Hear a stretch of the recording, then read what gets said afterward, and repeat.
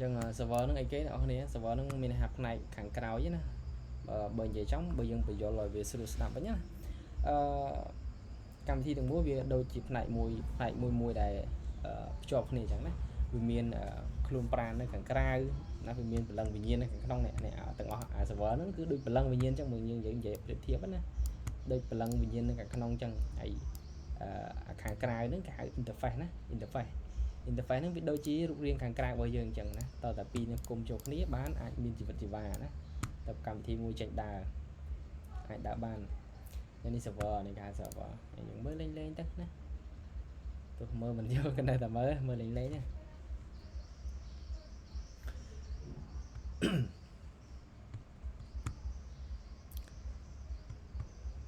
lưới sẽ ba tay cái gì nhầm lại ở xử lý bạn ok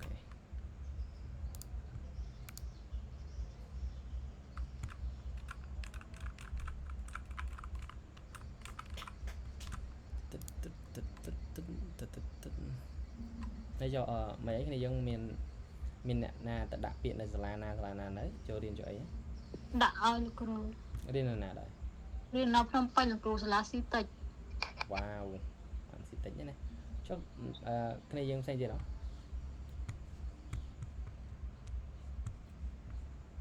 nhung nấu được rồi mình cầm rong đã là rồi có trăm điền sẵn nhung mi cਰੂ từ đã nấu ăn thì ai xí nơi khang nào với nơi khang thì mình cháy rồi có khang nó không phải nơi được thì ai xí này khang là anh thì ai xí có đôi chúng ta cái nào Cambodia thì ai xí National Technical Training Institute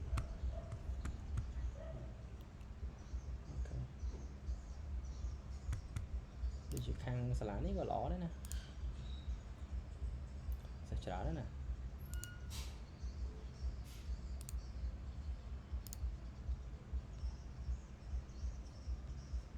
sật ai trong riêng ai thì nên nó nghiệp bắt đầu lại ai thế mày đấy mà tại vì là việc training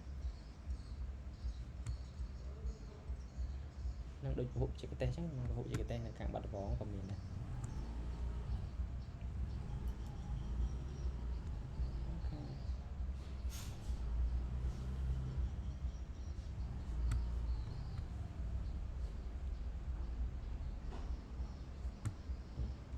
นี่ก็website nào nè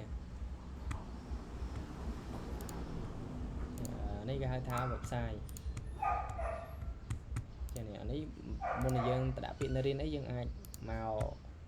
sợ mơ lên tên nè không cái miệng này ở BA Information Technology là cái gì chồng mà tên ở nhà bát phải chạy vị trí còn miếng vị trí ok địa p 4 năm cả làศึกษาเป็นม้าจำนวนมาrồi chất sắp credit trang credit này បរិយាប័ត្របច្ចេកវិទ្យាព័ត៌មាននិងបណ្ដុះបណ្ដាលនិស្សិតសម្រាប់ការងារយ៉ាងច្រើនក្នុងវិស័យព័ត៌មានវិទ្យាទូទៅបណ្ដាញកុំព្យូទ័រព័ន្ធប្រតិបត្តិការការគ្រប់គ្រងទិន្នន័យសេដ្ឋកិច្ចអេឡិចត្រូនិកហ្នឹងគេហៅ digital marketing និងបង្កើតគេហទំព័រសម្រាប់គ្រប់គ្រង multimedia ឬក៏សុវត្ថិភាពព័ត៌មានអីគេតោះយើងចូលគ្នាយើងមកអ្នកសិនទៅចឹងតែគ្នាយើងមកចាំឲ្យមកក្រោយចាំចូលតាមក្រោយអញ្ចឹងថ្ងៃនេះយើងមករៀនជាមួយនឹងprogramming មួយណា programming មួយដែលជា programming មួយដែលចេញដំបូងណាចេញដំបូងគេមកអស់គឺភាសា C នេះឯងណាគឺ C programming ណាអញ្ចឹងC programming ហ្នឹងវាសឹងតែជាភាសាមួយដែលបើតាមខ្ញុំដឹងដូចជាភាសាដំបូងគេដែលគេបង្កើតហ្នឹងណាគេបង្កើតតាំងពីឆ្នាំ1972ណាចឹងសរុបដល់ឥឡូវវាបាក់50ឆ្នាំជាងហើយ50ឆ្នាំជាង53ឆ្នាំហ្នឹងចឹងបើនិយាយចំ C ហ្នឹងគេត្រូវបានបង្កើតឡើងដោយការប្រើប្រាស់ទៅ general purpose ហើយវាមាន procedural ហ្នឹងខ្ញុំមិនបាច់តនិយាយបញ្ជាក់ទាំងគ្នាក៏បានដែរដោយសារហ្នឹងវានឹងច្រើនតិចហើយវាជាភាសាមួយដែលវា mid level ណាវា mid level ចឹង mid level ហ្នឹងមិនវិញភាសា mid level ជាភាសាមួយដែលនៅកណ្ដាលណាវាមានន័យថាវាអត់ low ខ្លាំងហើយវាក៏អត់ជាភាសាមួយដែល high ខ្លាំងដែរ ចឹង low ហ្នឹងគឺយើងសំដៅទៅលើភាសាដែលគេហៅថាភាសាដែលរបៀបកម្រិតទាបណាកម្រិតទាបចឹងអាភាសាដែលកម្រិតទាបហ្នឹងមនុស្សយើងពីចាំយើងពិបាកក្នុងការដែលទៅយល់ជាមួយនឹងភាសាហ្នឹងណាភាសាហ្នឹងគឺសម្រាប់តែ computer វាយល់ទេណាចឹងមនុស្សធម្មតាគឺពិបាកក្នុងការរៀនពិបាកក្នុងការយល់ចឹង mid level នេះវាមានថាវាមិនជ្រៅខ្លាំងហើយក៏វាមិនខ្ពស់ខ្លាំងដែរវា mid អញ្ចឹងអាចhuman របស់យើងឬក៏មនុស្សរបស់យើងនឹងអាចទៅសិក្សាពីវាបានរៀងស្រួលណាហើយភាសា C ហ្នឹងគឺត្រូវបានបង្កើតឡើងដោយលោក Dennis Ritchie ណាលោកសំដៅលោក Dennis Ritchie ដែលគាត់បង្កើតរបស់គាត់នៅកន្លែងនេះ Bell Laboratory របស់គាត់នេះណាក្នុងឆ្នាំ1972ណាអញ្ចឹងភាសា C យើងចាំដល់គ្នាទៅភាសា C នេះបង្កើតឡើងនៅក្នុងឆ្នាំ1972ដោយលោក Dennis Ritchie ណាយើងមើលឃើញទេអស់គ្នាមើលឃើញច្បាស់ដែរឬក៏តបពេកអូខេអញ្ចឹងតើភាសា C ហ្នឹងគេប្រើការដើម្បីអីណាអញ្ចឹងភាសា C ហ្នឹងគឺគេយកមកសរសេរ OS ដែរគេយកមកសរសេរ OS ដែរដូចខ្ញុំបញ្ជាក់ម្សិលមិញហ្នឹងការ OS យើងមានអីខ្លះយើងមាន Mac OS Windows OS មាន Linux OS អញ្ចឹងភាសា C នេះក៏គេយកទៅដើម្បីបង្កើតជាមួយនឹង OS ទាំងអស់ហ្នឹងដែរណាដូចជា Windows ដែលយើងនិយាយហ្នឹងណានេះ Windows OS នេះប្រភេទ Windows OS នេះគឺគេយកអាហ្នឹងឯងទៅសេណាប្រភេទស៊េរីហ្នឹងឯងគេយកទៅសេយើងប្រើ laptop យើងដឹងណាយើងធ្លាប់ប្រើណាបងប្អូនខ្ញុំនិយាយថាអ្នកគ្នាអត់ដែរប្រើទេហើយអ្នកក៏បានឃើញបានដឹងបានលើ subject អីខ្លះដែរមែនទេអូខេអញ្ចឹងបងអ្នកគ្នាចុចហ្នឹងគេយកភាសា C នេះឯងមកសរសេរណាអញ្ចឹងយើងចូលមកនេះវិញមកចេះទៅហើយក៏គេអាចយកទៅបង្កើតកម្មវិធីបានដែរតែជាទូទៅគេមិនទៅយកបង្កើតទេដោយសារវារៀងពិបាកក្នុងការសរសេរហើយនឹងក៏គេយកទៅធ្វើជាប្រភេទ embedded system ដែរអញ្ចឹង embedded system នេះខ្ញុំអត់តន់បានអ្នកគ្នាទេដោយសារវារៀងជ្រៅអញ្ចឹងយើងអាចនឹងយល់ពេលក្រោយទៅហើយ procedure call នេះពាក់ព័ន្ធជាមួយនឹងការរៀបចំកូដឲ្យមានរបៀបរៀបរយក្នុងការដែលសរសេរនឹងឯងហើយ mid level ហ្នឹងដូចខ្ញុំបញ្ជាក់អ្នកគ្នាមុនហ្នឹងអញ្ចឹងវា combine ចូលគ្នាជាមួយនឹង low level ណាប្រភេទprogramming language ដែលមនុស្សយើងពិបាកក្នុងការដែលរៀនតតែ computer ណាតតែជាប្រភេទ computer มันវាងាយយល់ក្នុងហ្នឹងណា human របស់យើងគឺពិបាកក្នុងការដែលរៀនអាហ្នឹងហើយវាមានថាវា combine ចូលគ្នាជាមួយនឹងប្រភេទ low level ជាមួយនឹង high level language អញ្ចឹងបូកចូលគ្នាទៅបានទៅជាប្រភេទ mid level វិញណាមិនខ្ពស់ហើយក៏មិនទាបដែលមនុស្សយើងអាចយល់បានហើយក៏អាចថារៀងពិបាកក្នុងការដែលយល់ល្មមដែរណាហើយយើងបន្តមកទៀត C គឺត្រូវបាន C is often referred to as មានថា C ហ្នឹងគឺពីច្រើនគេអាចចាប់ទុកថាជាភាសាមួយដែលជាដើមកំណើតដើមដើម្បីបង្កើតភាសាផ្សេងៗដែលចេញមកចំណងក្រោយវាណាអញ្ចឹងភាសាចំណងក្រោយដែលចេញបន្តពីហ្នឹងមានអីខ្លះមានដូចជាអីគេ C++ អីហ្នឹងណាភាសា C++ អីហ្នឹងក៏ជាប្រភេទភាសាដែលចេញមកស្តៀងជាមួយនឹងអ្នកឃើញស្តៀងគ្នានេះឃើញស្តៀងគ្នាតែដូចគ្នាណាស្តៀងគ្នាតែអត់ដូចគ្នាទេអញ្ចឹងមានថាភាសាដែលចេញមកក្រោយហ្នឹងគឺវាមានរូបរាងប្រហែលឬក៏របៀបការដែលសេហ្នឹងគឺប្រហែលជាមួយនឹង C ដែរអញ្ចឹងมันគេចាប់ទុកថាភាសា C ហ្នឹងគឺជាភាសាដែល mother of programming language អញ្ចឹងគេចាប់ទុកហ្នឹងគឺភាសាដែរ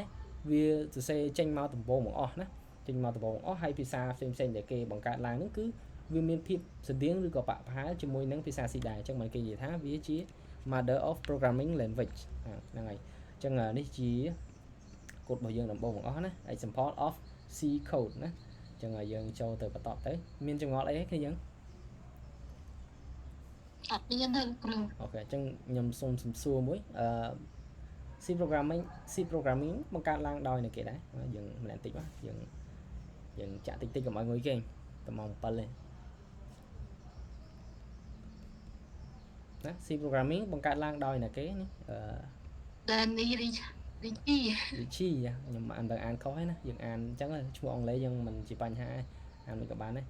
ហើយបង្កើតឡើងក្នុងឆ្នាំណាដែរនេះយើងមានដឹងទេ1972គ្រូអូខេ1972អូខេហើយយើងចូលទៅបន្តទៅហេតុអីបានយើងរៀនភាសា C ហ្នឹងហេតុអីបានខ្ញុំចង់ឲ្យអ្នកគ្នារៀនភាសា C ហ្នឹងអញ្ចឹងគោលបំណងធំរបស់ខ្ញុំគឺទី1ខ្ញុំចង់ឲ្យអ្នកគ្នាទទួលបាន foundation នៅក្នុងការដែលសរសេរកូដណាអញ្ចឹងសរ សរសេរកូដដំបូងអស់ការខ្ញុំនៅរៀនក៏ខ្ញុំរៀនអានឹងដែរណាព្រោះឲ្យខ្ញុំរៀនអានឹងដែរអញ្ចឹងបើនិយាយចំវាជា foundation នៅក្នុងការដែរអ្នកនរសរសេរកូដណាជាសរសេរកូដដំបូងអស់សរសេរនឹងឯងដោយវាមិន low ហើយក៏វាមិន high ដូចខ្ញុំបញ្ជាក់មកគ្នាមុនហ្នឹងអញ្ចឹងហើយនៅក្នុងការដែរយកវាមកប្រើប្រាស់គឺវាអត់សូវមានថា computer memory inside ហ្នឹង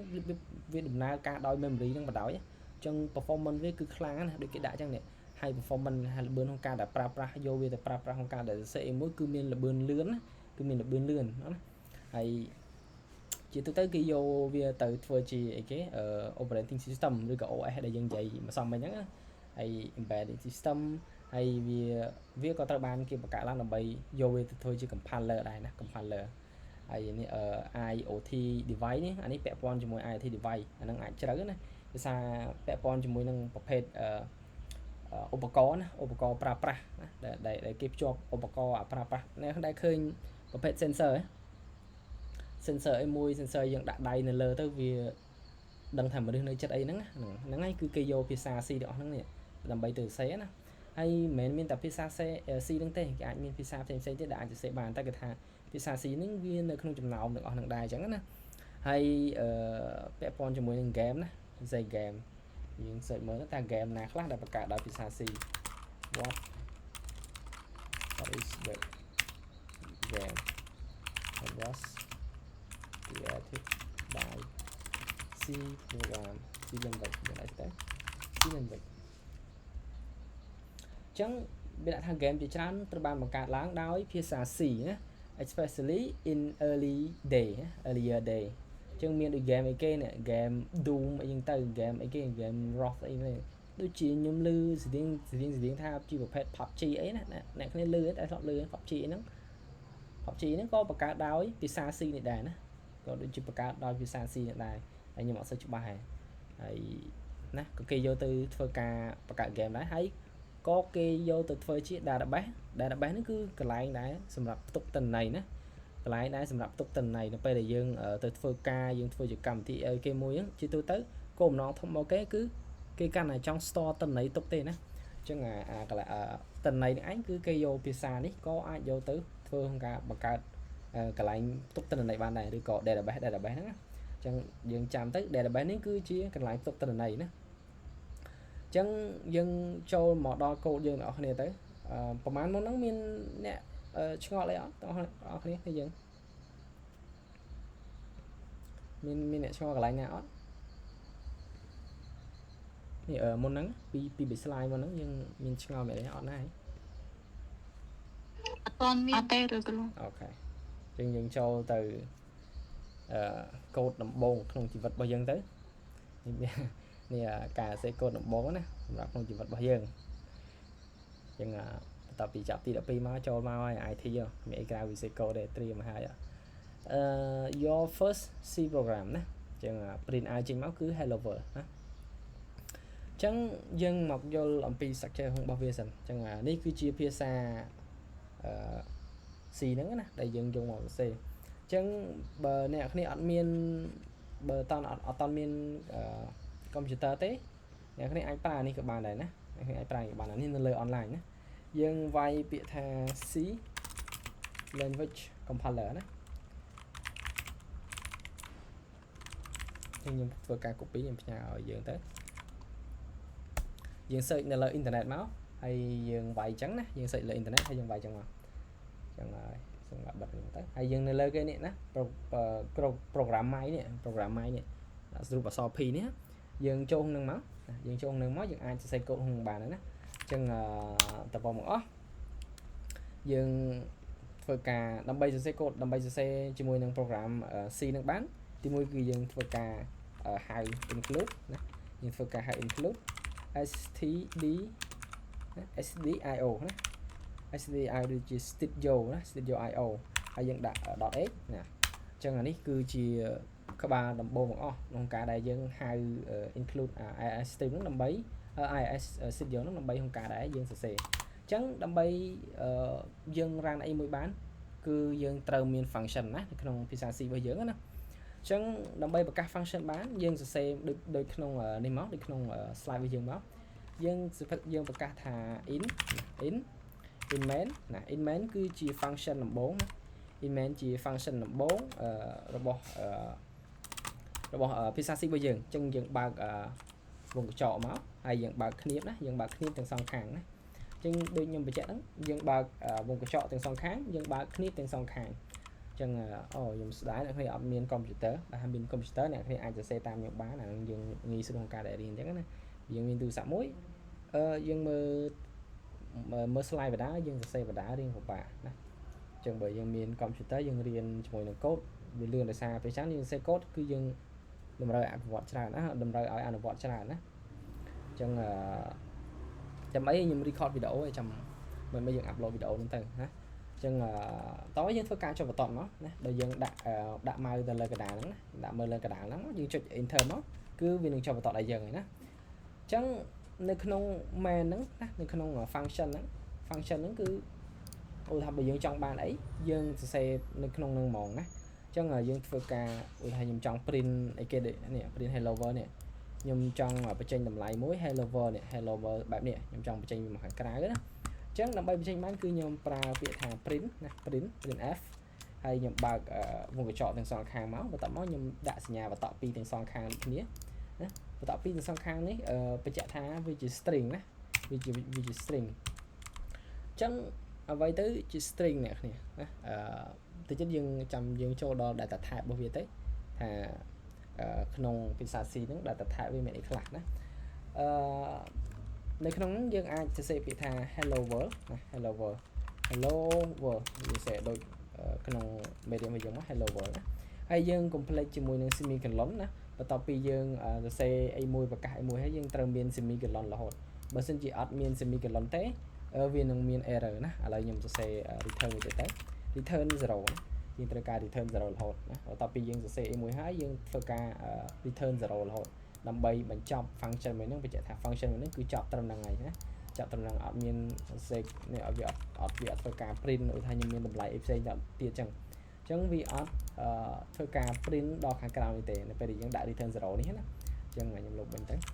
យើង comment ទុកចោលចឹងក៏បានដែរអញ្ចឹងយើងធ្វើការ run របស់នេះយើងចង់ដឹងថា code របស់យើងហ្នឹងវាចេញបែបមិនដែរណា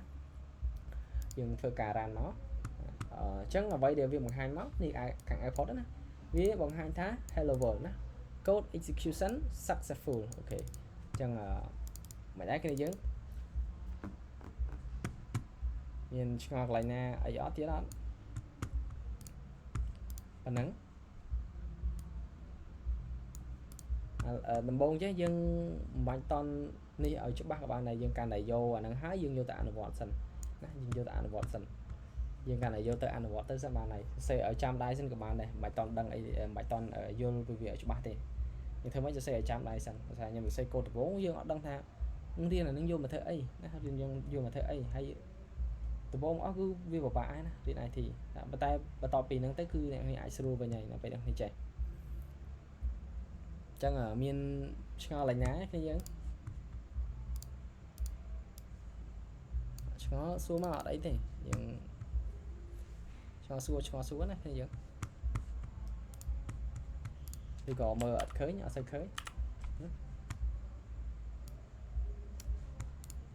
មានឆ្ងល់អត់ថាហេតុអីបានយើងសរសេរ return 0ចេះ return លេខ0ចេះហើយហេតុអីបានយើងត្រូវដាក់semicolon នេះហើយហេតុអីខាងក្នុងនេះនៅពេលដែលយើងដាក់បន្តពីនេះវាចេញ print ចឹងមកមានយល់ទេបាយហើយគ្នាយើងស្ងាត់ហើយសុំម្ដងទៀតលោកគ្រូខ្ញុំសុំលោកគ្រូធ្វើម្ដងទៀតលោកគ្រូខ្ញុំអត់សូវយល់អូខេអញ្ចឹងខ្ញុំបញ្យល់ពីដើមហ្មងទៅយើងធ្វើការលុបអស់មកអញ្ចឹងគោលបំណងរបស់យើងគឺយើងធ្វើចង់បញ្ចេញជាមួយនឹង value បែបនេះណាចង់បញ្ចេញជាមួយនឹងពាក្យ hello world ណាបញ្ចេញពាក្យ hello world នៅខាងក្រៅអញ្ចឹងដើម្បីសរសេរភាសា C បានអ្វីអ្នកនរគ្នាត្រូវមានគឺអ្នកនរគ្នាត្រូវហៅជាមួយនឹង include ណាហើយអ្នកនរគ្នាបើកសញ្ញាធំតូចនេះមកហើយអ្នកនរគ្នាសរសេរពាក្យថា stdio.h ណាដើម្បីធ្វើការសរសេរជាមួយនឹងភាសា programming ហ្នឹង programming C programming ហ្នឹងអញ្ចឹងបន្តមកយើងនៅពេលអ្នកនរគ្នាសរសេរភាសាហ្នឹងអ្វីអ្នកនរគ្នាត្រូវមានបង្អស់គឺ function ណាអ្វីអ្នកនរគ្នាត្រូវមានបង្អស់គឺ function អញ្ចឹងរបៀបក្នុងការដែលបង្កើត function គឺយើងសរសេរពាក្យថា in main ណា អ្នកនេះចង់សេពីអីក៏បានដែរតែជាទូទៅគេប្រើពាក្យថា in main ណា in main ហ្នឹងគឺគេចំណាំប្រើហើយយើងបើកវងកញ្ចក់ទាំងសងយើងបើកវងកញ្ចក់ទាំងសងខាងបន្ទាប់មកយើងបើកគ្នាបទាំងសងខាងដូចគ្នាណាយើងមានគ្នាបពីរទាំងសងខាងបែបហ្នឹងណាហើយយើងចូលឲ្យដល់កណ្ដាលគ្នាមកយើងចុច enter ណា enter មួយមកវានឹងចប់បន្ទាប់បែបហ្នឹងឲ្យយើងស្រួលមើលហើយណាអញ្ចឹងបន្ទាប់ខ្ញុំដើម្បី print អានេះបានណាដើម្បីបញ្ចេញ value ជាបានគឺយើងប្រើពាក្យថា printf ណា printf ហើយយើងបើកវងកញ្ចក់ទាំងសងខាងបន្ទាប់មកយើងធ្វើការដាក់សញ្ញាបន្ត2ណាសញ្ញាបន្ត2ដើម្បីដាក់ value នៅក្នុងវាណាបើយើងដាក់ចេះគឺអត់ចេញទេណាបើយើងដាក់ចេះណាបើយើងដាក់តែចេះតែយើងមើលខាងអ្នកនេះវាថា0ទៅ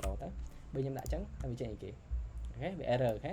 គឺ error ណាដោយសារតែនៅក្នុងនេះយើងអត់បានដាក់វាជា string ហើយឲ្យ value វាទេអញ្ចឹងមុននឹងខ្ញុំចង់ឲ្យវាចេញថាពាក្យថា hello world អញ្ចឹងខ្ញុំអាចដាក់ពាក្យ hello world នៅខាងក្នុងហ្នឹង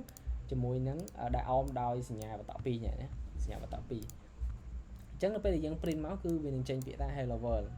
ហើយបើយើងអត់ចង់បានពាក្យ hello world ទេយើងចង់សេថា hello everyone ណា hello everyone យើងដាក់ចឹងមកក៏ចេញដែរណា hello everyone ឃើញទេអានេះគឺជាអ្វីដែលដំបូងអ្នកគ្នាបានជួបអញ្ចឹងអ្នកគ្នាប្រហែលជាយប់នេះអាចដាក់លក់ឯងឆ្ងល់អាហ្នឹងហាងស្អីគេយកធ្វើអីណាមើលអត់យល់អញ្ចឹងដូចបាក់ម៉េះរៀន IT អត់បាក់ទេអ្នកគ្នាខ្ញុំបញ្ជាក់ទាំងតែដោយសារដំបូងមកអស់ចេះអ្នកគ្នាត្រូវព្យាយាមយល់វាសិនណាព្យាយាមយល់វាអញ្ចឹងដើម្បីយល់វាដំបូងក៏ពិបាកយល់ដែរតអ្នកគ្នាអនុវត្តណាអ្នកគ្នាអនុវត្តច្រើនបានអ្នកគ្នាអាចចាប់វាបានច្រើនណាអញ្ចឹងបានខ្ញុំrecommend ឲ្យអ្នកគ្នាអាចរក computer ចំណុំតម្លៃល្មមទៅ100 200 100តិចតួចនេះប្រើទៅដោយសារនៅក្នុង Facebook ឥឡូវក៏ computer តម្លៃមុំវាមានច្រើនដែរណាវាមានច្រើនអញ្ចឹងខ្ញុំឥឡូវចាត់ឲ្យអ្នកគ្នាថាអ្នកគ្នាតិចទៅចូលរៀនបើអ្នកគ្នារៀននៅខាងភ្នំពេញហ្មងណាគ្រូគេរៀនលឿនណាគ្រូគេរៀនលឿនអញ្ចឹងបើយើងអត់មាន computer ទៀតពិបាកក្នុងការរៀនឲ្យ IT វាដូចមុខវិជ្ជាផ្សេងទេណាដូចមុខវិជ្ជាផ្សេងដូចខាងគណនេយ្យខាងអីក៏គេត្រូវការដែរតែគេថាគេមិនដូចយើងណាដោយសារគេមានទ្រឹស្ដីច្រើនណាទ្រឹស្ដីច្រើនជាងអនុវត្តដល់យើងទ្រឹស្ដីមួយល្មមអនុវត្តច្រើនវិញដោយសារតែយើងជាប្រភេទជំនាញដូចជំនាញខាង IT នេះគឺត្រូវការឲ្យអ្នកគ្នាអនុវត្តច្រើនបានអាចចាប់បានលឿនណាចឹងអានេះយើងមិនបាច់ទៅខ្វល់អីពេកក៏បានដែរដោយសារវាជា foundation language ទេដោយសារតែការងារចាក់ស្ដែងមែនទែនក៏មិនយើងយកពួកនេះទៅប្រើដែរណាយើងអាចមានអីផ្សេងក្នុងការដែលយើងយកទៅប្រើតែជាមូលដ្ឋានគ្រឹះក៏ខ្ញុំបង្ហាញឲ្យអ្នកគ្នាទៅឲ្យអ្នកគ្នាដឹងឲ្យគ្នាយល់ថាភាសាដំបូងដែលគេបង្កើតឡើងបង្អស់ហ្នឹងគឺអាហ្នឹងណាហើយគេសរសេរបែបហ្នឹងអញ្ចឹងមិនដែរយើងចាប់បានខ្លះណាចាប់បានដល់ 20% 30% សិនក៏បានដែរអត់បខំទេណាយើងមួយសិនតែគ្នាយើងខ្ញុំដឹងថាថ្មីហើយនឹងមើលបើអបាអនុវត្តជាទៀតអាចនឹងរៀងថាពិបាកសម្រាប់អ្នកគ្នាតែចុះអ្នកផ្សេងសុភាហើយខាងសៀវមីអីមិនដែរយើងបានខ្លះហើយលោកគ្រូខ្លះអត់ហ្នឹងហើយចុះយើងសរសេរពាក្យ printf នេះយើងសរសេរពាក្យថា printf ហ្នឹងហេតុអីបើយើងសរសេរអាហ្នឹងយើងមានដឹងហើយយើងមានចាក់អារម្មណ៍មុននឹងដែលខ្ញុំបើបញ្ជាក់អ្នកគ្នាមានដឹងហ៎ដឹងហើយលោកគ្រូអូខេអញ្ចឹងអាហ្នឹងយកមកធ្វើអីដែរមើលខ្ញុំសួរតិចមកសួរសិស្សតិចមកនេះ printf នេះយើងយកមកធ្វើអីដែរមុនហ្នឹង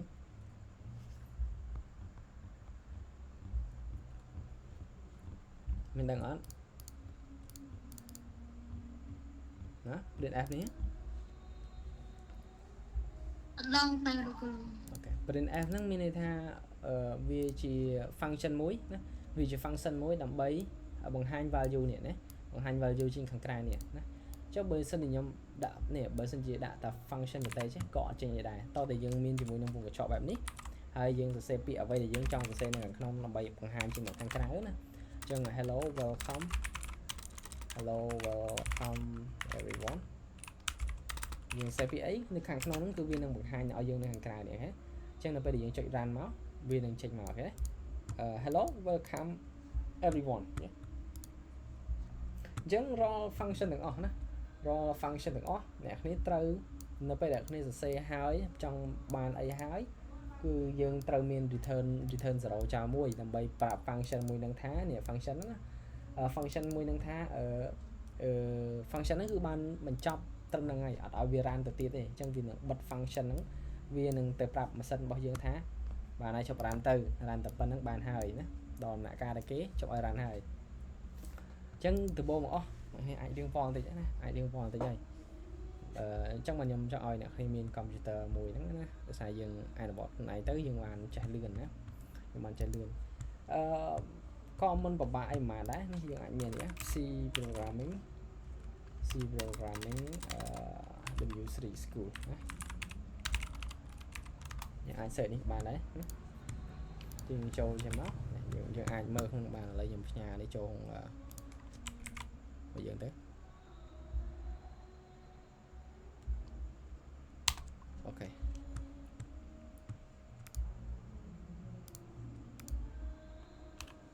ចឹងអ្នកគ្នាក៏អាចចូលក្នុង website ដែលខ្ញុំផ្ញើចូលនឹងដែរយើងមើល Telegram ទៅឃើញហើយចឹងនេះដែលយើង search ពាក្យថា W3 school ណា W លេខ3 school ណា school យើងធម្មតាហ្នឹងចឹងយើងវាយមកវានឹងចេញភាសានឹងក្នុងហ្នឹងហើយណាចឹងគេនឹងបញ្ជាក់ដូចគ្នាថាគេនេះ C is a general purpose programming language that ត្រូវបាន that has been widely used for over 50ឆ្នាំជាងហើយណាត្រូវបានបង្កើតឡើងគេប្រើប្រាស់ជាង50ឆ្នាំទៅហើយ C គឺជាអូខេ Hello Kitchen World Chai បាទសួស្តីយើងមករៀងលេតតិចណា Hello លឺខ្ញុំបាទ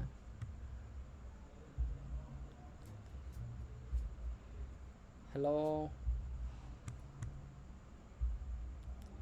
អាយ៉ាបាត់ទៅវិញអញ្ចឹង C ហ្នឹងវាជាភាសាមួយដែល powerful ណា very powerful ដែលត្រូវបានដែលខ្ញុំបញ្ជាក់មុននេះមុនហ្នឹងអញ្ចឹងដែលត្រូវបានបង្កើតឡើងដើម្បីយកទៅបង្កើតជាមួយនឹង OS ណា OS ហ្នឹងពាក្យពេញរបស់វាគឺ operating system ណាបើគ្រូសួរដល់ពេលអ្នកចូលរៀនមែនទេគ្រូសួរថា OS ហ្នឹងអីគេ OS ហ្នឹងគឺពាក្យពេញរបស់វាគឺ operating system ណាអញ្ចឹងអ្នកគ្នាអាចស្ដាប់ឲ្យមែនទេដោយសារអ្នកគ្នាចូលរៀនមែនទេអ្វីដែលខ្ញុំបង្ហាញអ្នកគ្នាអ្វីដែលខ្ញុំតែងតែព្យាយាមសង្កត់ឲ្យអ្នកគ្នាបានដឹងហ្នឹងគឺជាអ្វីដែលអ្នកគ្នាត្រូវទៅរៀននៅសាលាមែនទេហ្នឹងណាសាលាមែនទេគឺគ្រូដឹងតែសួរអាហ្នឹង 100% ហើយក៏គេយកទៅធ្វើជា database ដែរហើយយកទៅធ្វើជាកម្មវិធី application ហ្នឹងឬក៏ពាក្យខ្មែរថាកម្មវិធីហ្នឹងហើយនឹងមានផ្សេងទៀតណា etc ហ្នឹងផ្សេងទៀតអញ្ចឹង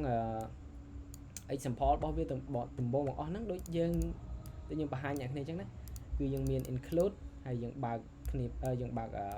សញ្ញាធំតូចទាំងសងខាងមកហើយយើងសេពាក្យថា stdio.h ណាដើម្បីសរសេរជាមួយនឹងភាសា C បានតតែយើងហៅអាហ្នឹងមកសិនណាបើយើងអត់ហៅអាហ្នឹងមកទេគឺ error ណាបើយើងមកមើលវិញណាបើយើងលុបអាហ្នឹងចោលណាជាមួយយើងបានទៅចេញអីគេអូខេយើងឃើញ error ហើយណាអញ្ចឹងភាសា C ហ្នឹងវាអត់ស្គាល់ទេវាដឹងថាភាសាអីទេតែនៅពេលដែលយើងដាក់អាហ្នឹងមកវិញវាស្គាល់តែនៅ function នៅខាងក្រោមនេះវាជាភាសារបស់ភាសា C programming ណាភាសា C programming អញ្ចឹងដូចយើងមើលមុនហ្នឹងអញ្ចឹងយើងមានអីគេយើងមាន in main យើងបើកវងកញ្ចក់ទាំងសងខាងហើយយើងបើកគ្នាបណាក្នុងការដែលប្រកាសជាមួយនឹង function ដើម្បីសរសេរមួយនៅខាងក្នុងគឺយើងមានជាមួយនឹងវងកញ្ចក់បើចាក់ដល់ទៀតយើងប្រកាស in main បើកវងកញ្ចក់បើកគ្នាបហើយយើងសរសេរអ្វីនៅខាងក្នុងគ្នាបទាំងអស់ដើម្បីយើងចង់បង្ហាញអីមួយជាងខាងក្រៅណាគឺយើងសរសេរនៅខាងក្នុងទាំងអស់ណាយើងសរសេរក្នុងទាំងអស់ដូចនេះបើយើងចង់ណាយើងឃើញទេអញ្ចឹងយើងអាច print មកយើងវានឹងចេញ value នៅខាងក្នុងហ្នឹងហើយណាហើយយើងចូលទៅបន្តទៀតណាអានេះជាប្រភេទនេះ exercise ណាក្នុងហ្នឹងក៏មាន exercise ដែរនៅក្នុង W3 school ហ្នឹងយើងក៏មាន exercise ដែរណា many chapter in this tutorial and with an exercise where you can check your level of your knowledge ចាឥឡូវខ្ញុំសួរអ្នកគ្នាតិចមើលគេសួរថា which function is used to print text in C ណាតើទាំងអស់នេះ function មួយណាដែលគេយកមកដើម្បីនឹង print ជាមួយនឹង text ណាមានដឹងហើយអា print text ហ្នឹងគឺនេះណា print value នៅខាងក្នុងនេះតើ4ហ្នឹងមួយណាអ្នកគ្នាមានដឹងហើយអាទី2ច្បាស់ណាស់ណាទី2ណាអញ្ចឹងខ្ញុំselect ទី2តាមណាអញ្ចឹងយើងចុច submit answer មកវាចេញអីគេយើងមើលទៅអូខេ correct answer ចេះដែរអូខេអញ្ចឹងយើងចូលទៅមេរៀនបន្តរបស់យើងណានេះ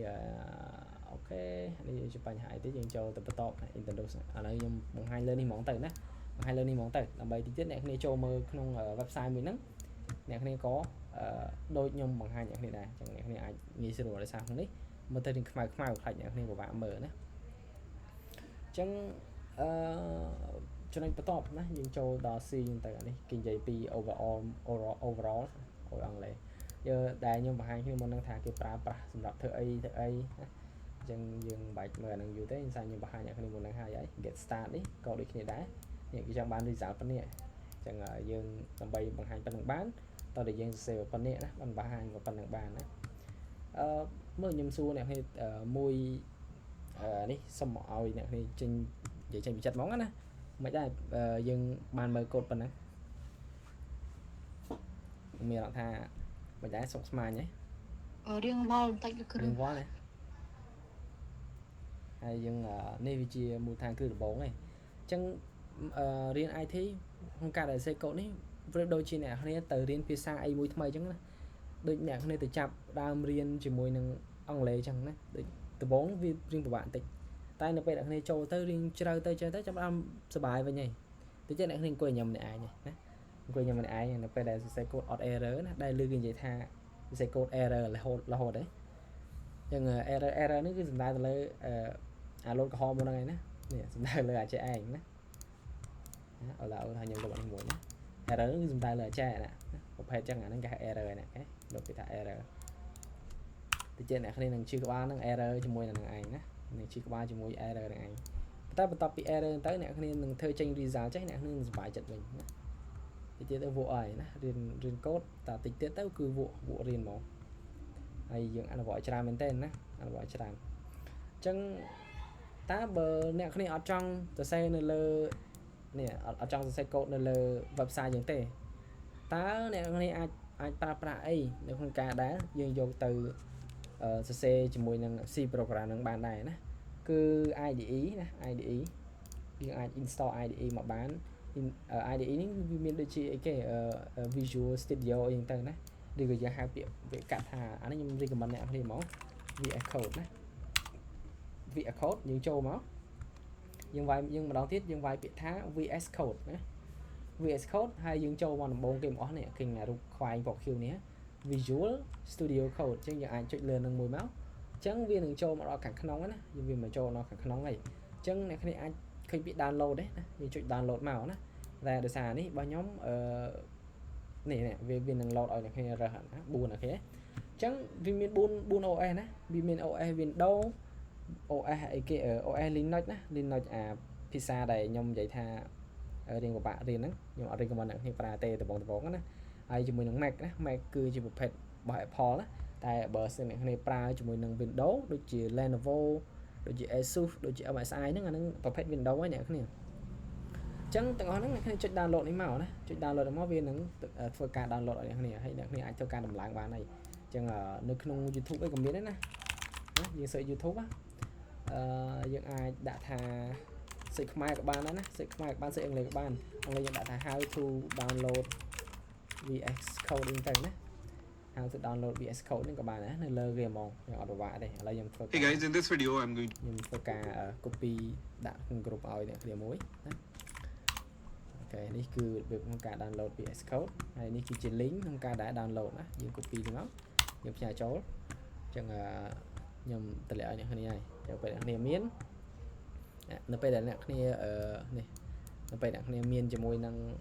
computer អាចទៅមើលតាមហ្នឹងទៅហើយយើងអាច download បានហើយយើងអាចចូលរៀនបដាបានណាអញ្ចឹង syntax របស់វាណាយើងចូលមកដល់ syntax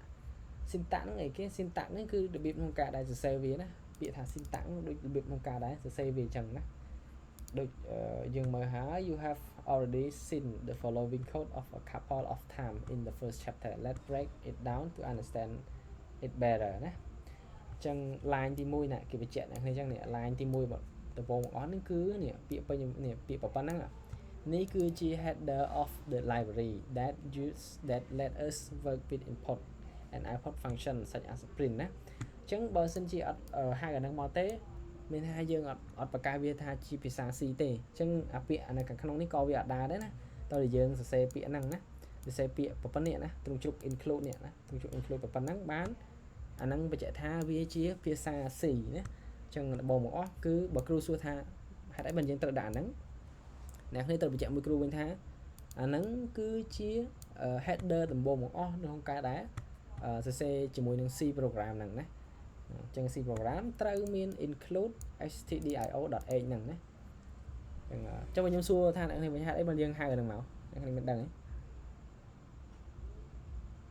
ទេសាតែវាជា header អូខេអញ្ចឹងអាហ្នឹងយើងចាំឲ្យមែនតើអានេះដូចវិញចាំខ្ញុំមកបង្ហាញអ្នកគ្នានេះដូចរៀងគួរក្រៅមកណាដូចបញ្ជាក់ម៉ោងដូចបញ្ជាក់វិញ្ញាសាច្បាស់ឲ្យអ្នកគ្នាទៅរៀនអញ្ចឹងពេលអ្នកគ្នាចូលរៀនគឺអ្នកគ្នាអាចចាប់បានលឿនជាងគេខ្ញុំជឿថាអ្នកដែលjoin មកនេះសិតតែអ្នកដែលចង់រៀនមែនតើណាបើអ្នកចង់រៀនប្រហែលជាមិនបានមកទេអញ្ចឹងយើងមើលទៅទាំងអស់គ្នាបន្តមកបញ្ជាក់ថា line ទី2ណា line ទី2អញ្ចឹងជួរទី2នៃកូដហ្នឹងគឺ empty ណាអានេះយើងមិនបាច់ទៅមើលទេដោយសារយើងចុះបន្តប្រហែលដងក៏វាអត់ជាបញ្ហាអីដែរណាយើងអាចមើលបានណាចុះបន្តយើង enter មកចុះបន្តហើយនៅពេលដែលយើង run ណាក៏នៅតែដែរអញ្ចឹងយើងចុះបន្តអត់មានជាបញ្ហាអីទេអញ្ចឹងគឺបញ្ជាក់ទៀតណាថា line ទី3ណា line ទី3គឺជា another thing that always appear in C programming is main ណា this is called a function ណាអញ្ចឹងអា main នេះណា main នៅខាងលើនេះ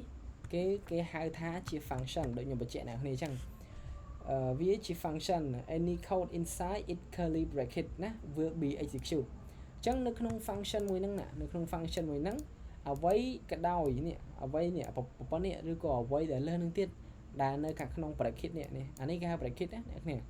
មានដឹងថានឹងអង់គ្លេសគេហៅ bracket អត់ដឹងទេគ្រូ bracket ហ្នឹងគ្នាបណាយើងចាំទៅ bracket ហ្នឹងគឺគ្នាបចាំបើគេចាំបើយើងនៅពេលដែលយើងចូលរៀនគ្រូសួរថាអ្វីទាំងអស់នៅខាងក្នុង bracket នេះតើ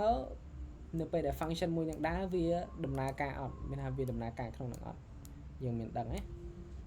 ហើយមុននឹងគេបញ្ជាក់ច្បាស់ហ្នឹងគេថាចេះអ្វីទាំងអស់ដែលនៅក្នុងbracket ហ្នឹងគឺត្រូវបាន execute នៅពេលដែលដំណើរការមានថា execute នោះមានថាដំណើរការនេះ execute នោះមានថាវាបើនិយាយជាភាសាអង់គ្លេសគេហៅ compile ណា compile អញ្ចឹង compile ហ្នឹងគឺមានថា execute នឹងឯងយើងត្រឡប់ហៅ execute ទៅ execute មានថាដំណើរការនៅខាងក្នុង function ហ្នឹងណាអញ្ចឹងអ្វីទាំងអស់ដែលនៅខាងក្នុង bracket នេះគឺត្រូវបាន execute ណាអញ្ចឹងយើងចូលដល់ជួរបន្ទាប់ណា line 4ណា printf is a function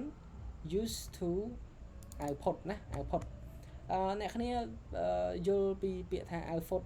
output ហើយនិង input ទេនេះយើងសរសេរចែកណា output input ណាput ហ្នឹងគេអ្នកគ្នាមានដឹងទេ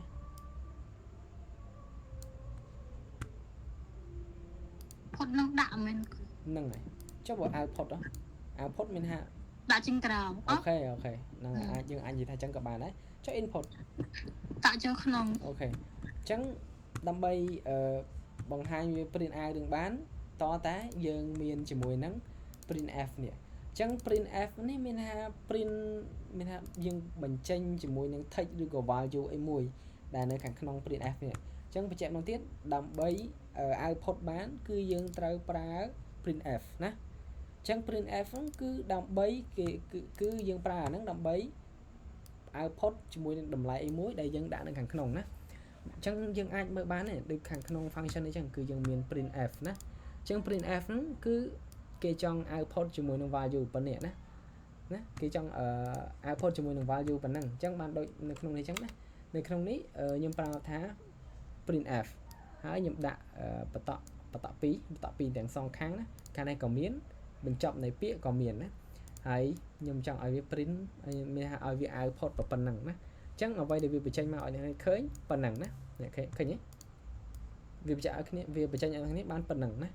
អាហ្នឹងគឺគេហៅថា output ណា output អញ្ចឹងបញ្ជាក់ម្ដងទៀត output គឺបញ្ចេញ value ឬក៏ text អីមួយនៅខាងក្រៅណាយើងចាំទៅថា printf នេះគឺជា output ណា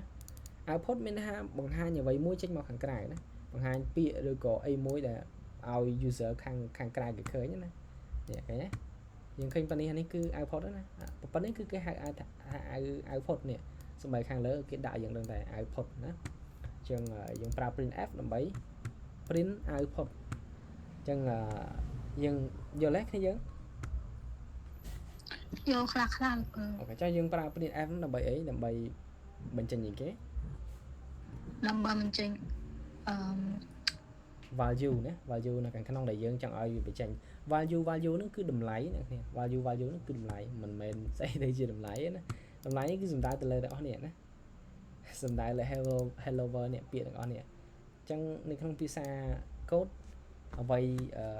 ប្រភេទជាអីគេហៅថាតម្លៃឬក៏ value ណាយើងត្រឡប់ហៅទៅ value គេហៅថា value អញ្ចឹងទៅណាអញ្ចឹងអ្វីនៅក្នុងហ្នឹងគឺគេហៅថា value ណាចឹងគេដាក់ទៀតណា note that every C statement and with semicolon ណាចឹងបញ្ជាក់អ្នកនេះទៀតនៅពេលអ្នកនេះសរសេរមួយជួរអ្នកនេះត្រូវមាន semicolon មួយណា semicolon នេះគឺសញ្ញាចុច2នេះណាសញ្ញាក្បាលមួយខ្ញុំអត់ដឹងអាហ្នឹងគេហៅខ្មែរអីគេណាខ្ញុំតែដឹងថាភាសាអង់គ្លេសគេហៅ semicolon ណាអត់បានយើងមើលយើង search semicolon meaning in ខ្មែរ semicolon គឺសញ្ញាក្បៀសអូដល់ក semicolon ហ្នឹងពាក្យខ្មែរគឺសញ្ញាក្បៀសណាឃើញយើងសញ្ញាក្បៀសយើងចាំអាហ្នឹងទៅ semicolon បើគ្រូនៅពេលអ្នកចូលរៀនគ្រូសួរថា semicolon ហ្នឹងអីគេ semicolon ហ្នឹងគឺជាសញ្ញាក្បៀសណាយើងចាំបងប្អូនគ្នាណា semicolon នេះសញ្ញាក្បៀសនេះអញ្ចឹងអ្វីក៏ដោយនៅខាងក្នុងដែលនៅខាងក្នុង function នេះណាអញ្ចឹងក្នុងនេះបញ្ជាក់មកទៀតនៅខាងក្នុងនេះគឺនេះគឺជា function ណាអញ្ចឹងអ្វីដែលនៅខាងក្នុងនេះគឺត្រូវបាន execute នៅពេលដែលទាំងអស់នេះវាធ្វើការ run ណាធ្វើការ run អញ្ចឹងនៅក្នុង printf នេះគឺជាអ្វីមួយដែល output តម្លៃនៅខាងក្នុងនេះចេញមកខាងក្រៅអញ្ចឹងនៅពេលដែលគ្នាសរសេរអីហើយនៅពេលដែលគ្នាប្រើ function នេះហើយអ្វីដែលគ្នាត្រូវមានចុងក្រោយគេបង្អស់គឺ semicolon ណាអញ្ចឹងភាសា C នេះគឺតែមាន colon បញ្ជាក់ថាប៉ុណ្ណឹងមកជួរប៉ុណ្ណឹងគឺចប់ត្រឹមហ្នឹងហើយអត់មានទៅតអីទៀតទេតែយើងបញ្ជាក់ខាងម៉ាស៊ីនខាង compiler ហ្នឹងណាបញ្ជាក់ខាងម៉ាស៊ីនដែលចង់ធ្វើការអីមួយហ្នឹងបញ្ជាក់វាថាគឺចប់ត្រឹមហ្នឹងហើយអត់មានធ្វើអីទៀតទេអញ្ចឹងវាដូចជាយើងនិយាយមួយមនុស្សអញ្ចឹងណាហើយវាដូចជាយើងបើនិយាយចង់យើងដូចជាយើងនិយាយជាមួយម៉ាស៊ីនអញ្ចឹងណាតែគេថាម៉ាស៊ីនហ្នឹងវាមនុស្សវាច្បាស់លាស់អញ្ចឹងវាត្រូវដឹងថាអូនេះសរសេរប៉ុណ្ណឹងបញ្ចប់ត្រឹមណាដើម្បីបញ្ជាក់វាថាអូត្រឹមហ្នឹងចប់ទៅណាអញ្ចឹងដើម្បីបញ្ជាក់វាបានតតែយើងដាក់ semicolon ដើម្បីបញ្ជាក់វាថាអូប៉ុណ្ណឹងគឺចប់ត្រឹមហ្នឹងហើយណាប៉ុណ្ណឹងគឺចប់ត្រឹមហ្នឹងហើយអញ្ចឹងsemicolon នេះគឺដាក់សម្រាប់បញ្ចប់ជាមួយនឹង statement អីមួយណាអញ្ចឹងប៉ុណ្នេះគេហៅថា statement ណាប៉ុណ្នេះគេហៅថា statement ណា statement ណាប៉ុណ្នេះគេហៅថា statement ណាខ្ញុំដាក់ឡើងនេះមកទៅឲ្យយើងគ្នាយើងស្រួលមើលណាអាយ៉ាទេខុសអញ្ចឹងប៉ុណ្នេះគេហៅថា statement ណាប៉ុណ្នេះគេហៅថា statement យ៉ាអញ្ចឹងយើងយល់ទេអ្នកគ្នាហេតុអីបានយើងដាក់ជាមួយនឹង semicolon នេះដល់បញ្ចប់អូខេអញ្ចឹងខ្ញុំគិតថាដំបូងអស់យើងកុំព្យាយាមឲ្យយើងជិះក្បាលពេកដោយសារខ្ញុំដឹងខ្ញុំយល់ព្រោះខ្ញុំធ្លាប់រៀនខ្ញុំដឹងហើយថាដំបូងអស់គឺពិបាកមែនទេឃើញវល់មុខជិះក្បាលហ្មងដេកលក់ឯងអញ្ចឹងខ្ញុំគិតថាយើងមួយយើងគិតមួយយើងអង្គុយមើលមួយទៅពេលយើងតនេណាអញ្ចឹងអ្វីដែលខ្ញុំចង់បង្ហាញអ្នកគ្នាទីមួយគឺ semicolon ហ្នឹងគឺ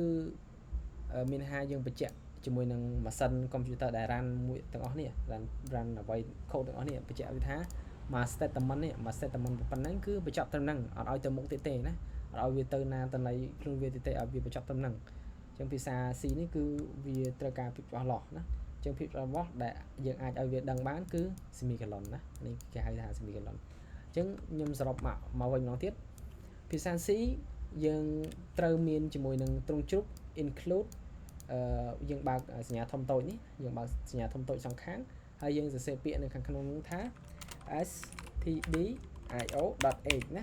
បើអត់មានអាហ្នឹងទេភាសា C គឺអត់ដើរទេណាគឺ error ឃើញទេគឺ error អញ្ចឹងនៅពេលដែលយើងដាក់មកវិញបានរំដើរណាអញ្ចឹងបើគ្រូសួរថាហេតុអីបើយើងដាក់ហ្នឹងគឺវាជា header នៃភាសា C បើអត់អាហ្នឹងគឺ error ហើយមួយទៀតបើលោកគ្រូសួរថាតិចទៀតអ្នកគ្នាចូលរៀនគឺគ្រូនឹងសួរអាហ្នឹង100%បើគ្រូសួរថា in main ហ្នឹងអីគេ in main ហ្នឹងគឺជា function ណា function in main is a function យើងបញ្ជាក់ in main is a function ហើយ this one is a header of C programming ណាយើងដាក់ជាទៅ this one is a header of C programming ណាហើយនៅខាងក្រោមនេះគឺជា function ណាហើយមួយជួរនេះគេហៅថា statement ណាហើយអាមួយនេះគេហៅថា semicolon ណាអញ្ចឹងនៅក្នុងភាសា C នៅពេលដែលគ្នាសរសេរបញ្ចប់អ្វីមួយហើយអ្នកគ្នាត្រូវមានពាក្យថា return ណា return ហ្នឹងអីគេ return ហ្នឹងមានន័យថាឲ្យមែនទេពាក្យថា return ហ្នឹងមានន័យថាដូចឲ្យត្រឡប់អីចឹងមែនទេមែនទេបាទអញ្ចឹងនៅពេលដែលយើងសរសេរពាក្យថា return 0 ណា return លេខ0ហ្នឹងខ្ញុំត្រឡប់ទៅហៅ0 return លេខ0ហ្នឹងបញ្ជាក់បាននៅពេលដែលយើងសរសេរប៉ុណ្ណឹងមានថាបញ្ជាក់ជាមួយនឹងខាងមិនសិនថាអ្វីទាំងអស់សពគ្រប់ហ្នឹងគឺបញ្ចប់ត្រឹមហ្នឹងហើយណាអត់ឲ្យវាធ្វើការអីបន្តទៀតទេណាឲ្យវាបញ្ចប់ត្រឹមហ្នឹងអញ្ចឹង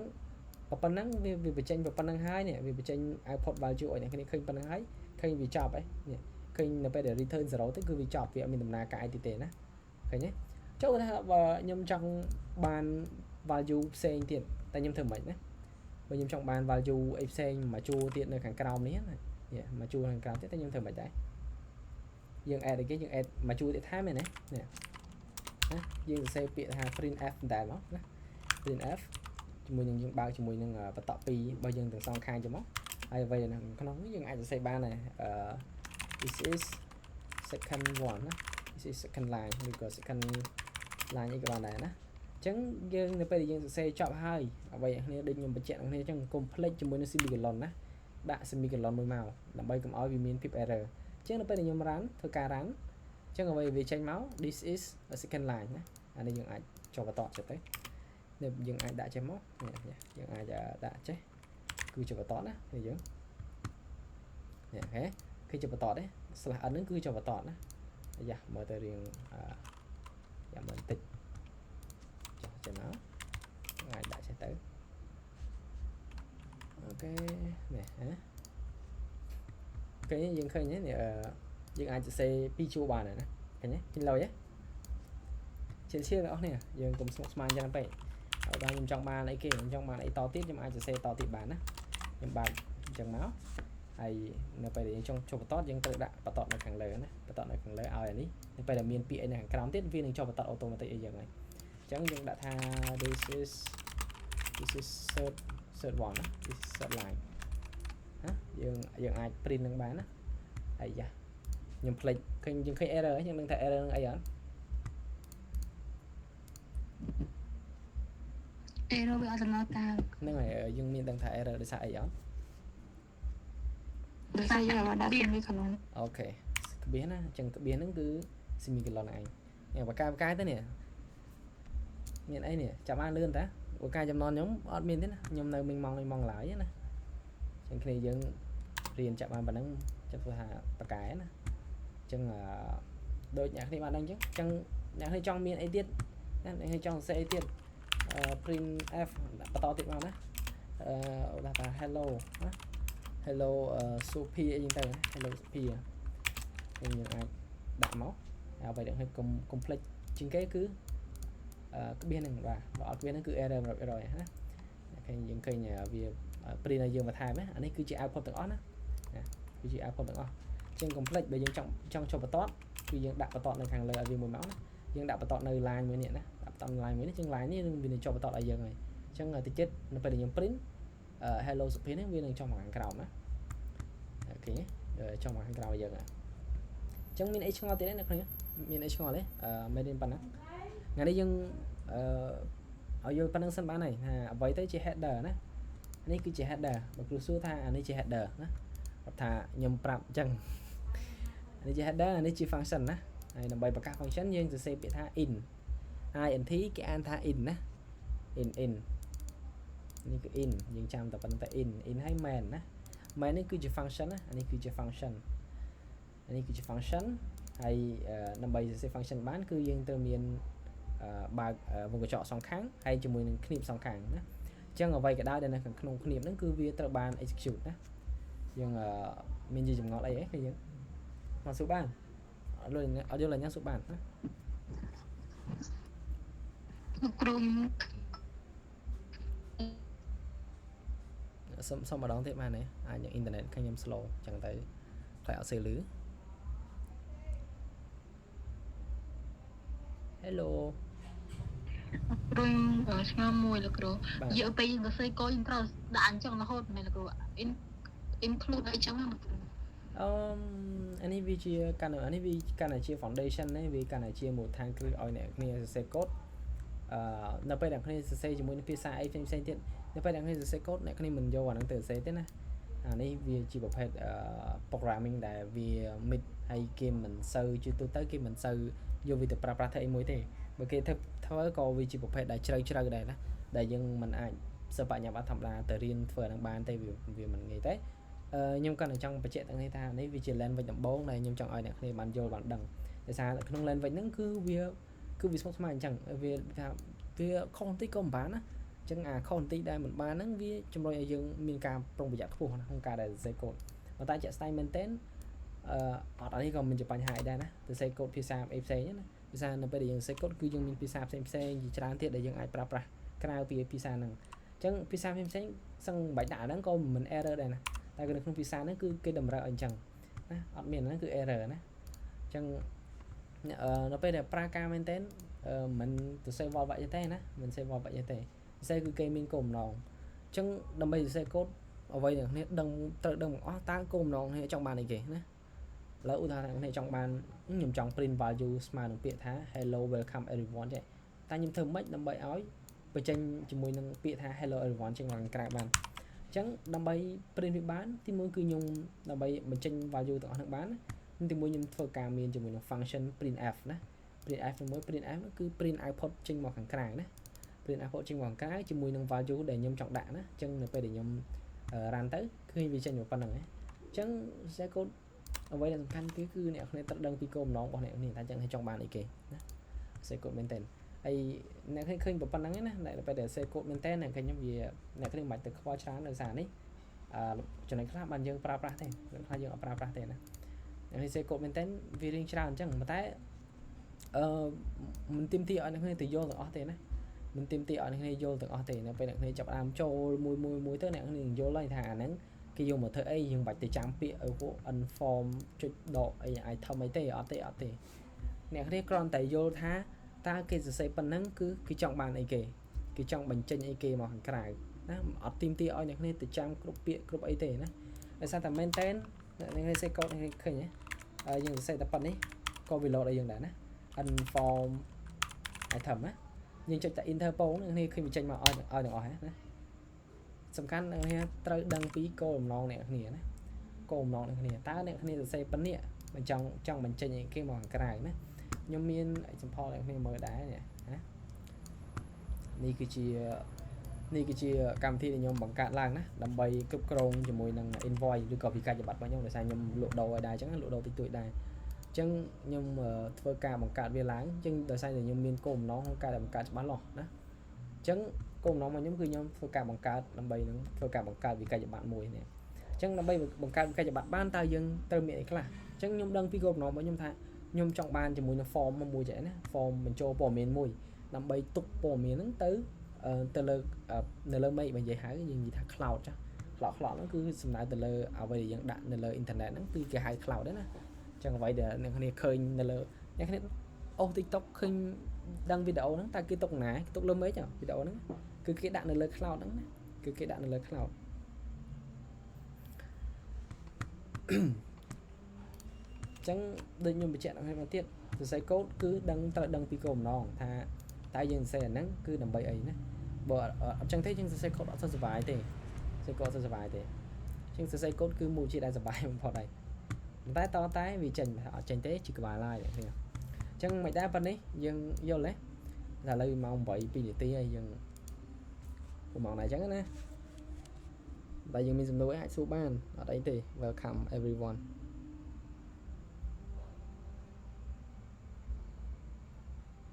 តែមានសំណួរអីអត់ អត់មានទេលោកគ្រូអត់មានទេលោកគ្រូ ឬក៏កន្លែងណាដែលអត់តន់ច្បាស់អាចចាក់សួរបានខ្ញុំបញ្យល់ម្ដងទៀតបានណា